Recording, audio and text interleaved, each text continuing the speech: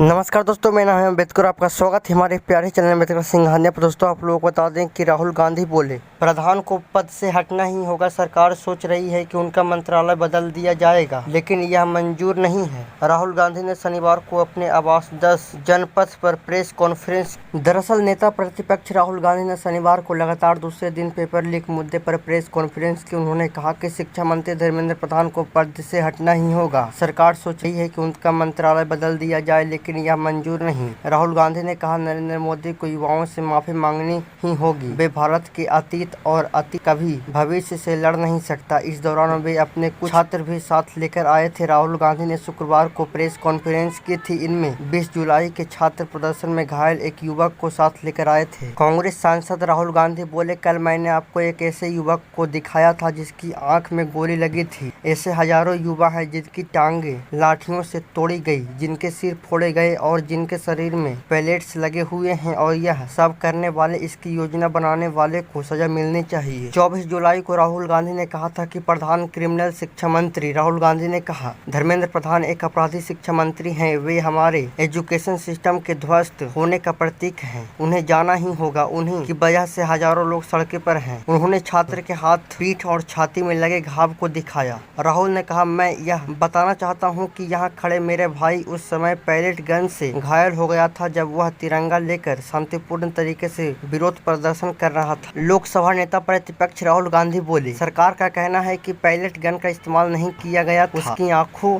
को नुकसान पहुंचा है और उसकी देखने की क्षमता चली गई। 20 जुलाई को नीट पेपर लीक के विरोध में कॉकरोच जनता पार्टी ने सांसद मार्च निकाला था। इस दौरान पुलिस और प्रदर्शनकारियों की झड़प में 100 से ज्यादा छात्र और पुलिस कर्मी घायल हुए थे। उन्हीं में से एक युवक साहिल भी शामिल था। राहुल गांधी ने घायल छात्र की चोट दिखाई। राहुल ने सबसे पहले साहिल के हाथ में लगी चोट को दिखाया, जैसा कि आप लोग तस्वीरों के माध्यम से देख सकते हैं। फिर राहुल ने साहिल की टी-शर्ट उतारकर पीठ में लगे हुए घाव को दिखाया। आप लोग को बता दें कि साहिल की रोशनी लौटने की सिर्फ 1% संभावना है। राहुल ने जिस छात्र की चोट दिखाई उसका नाम साहिल लोचाव है। वह 19 साल का है और वह दक्षिणी पश्चिमी दिल्ली के नजफगढ़ का रहने वाला है। 20 जुलाई को जंतर मंतर पर प्रोटेस्ट के दौरान पुलिस की पैलेट गन से इनकी दाहिनी आंख की रोशनी चली गई थी। एम्स के Jayaprakash Narayan express trauma centre में सर्जरी हुई है। परिवार के मुताबिक डॉक्टरों ने बताया है कि घायल आंख की रोशनी लौटने की सिर्फ 1% संभावना है, क्योंकि आंख की पुतली को गंभीर नुकसान पहुंचा है। साहिल दिल्ली विश्वविद्यालय के स्कूल ऑफ ओपन लर्निंग यानी कि SOL के छात्र है। उनकी मां ज्योति ने बताया कि पहले भी CJP के प्रदर्शन में गया था। सोमवार को भी यह कहकर गया कि यह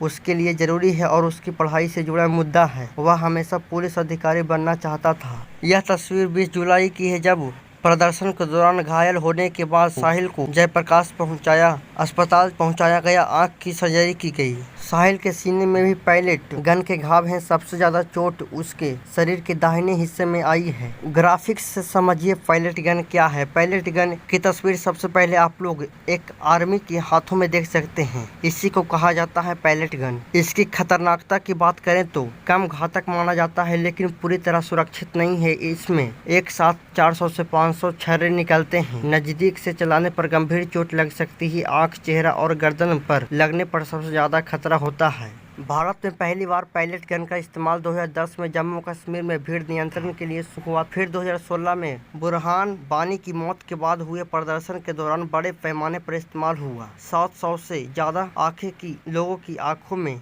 गंभीर चोट लगी थी। इस पर विवाद भी हुआ था। मानवाधिकार संगठनों ने ब्लाइंडिंग वेपन बताकर इसका विरोध किया। इसके बाद केंद्र ने विकल्प तलाशने के लिए समिति बनाई, जिसकी सिफारिश पर पावा सेल्फ मिर्च के तीखे आर्क वाले गोले को मंजूरी दी गई। अब जान लेते हैं क्या यह भारत में बैन है। भारत में पैलेट गन का प्रतिबंध नहीं है, हालांकि इसे आखिरी विकल्प के तौर पर इस्तेमाल किया जाता है। यानी कि पुलिस प्रशासन पूरी तरीके से हार जाता है तो इसका इस्तेमाल किया जा सकता है पैलेट गन का। तो दोस्तों, आज के बस इतना ही। धन्यवाद।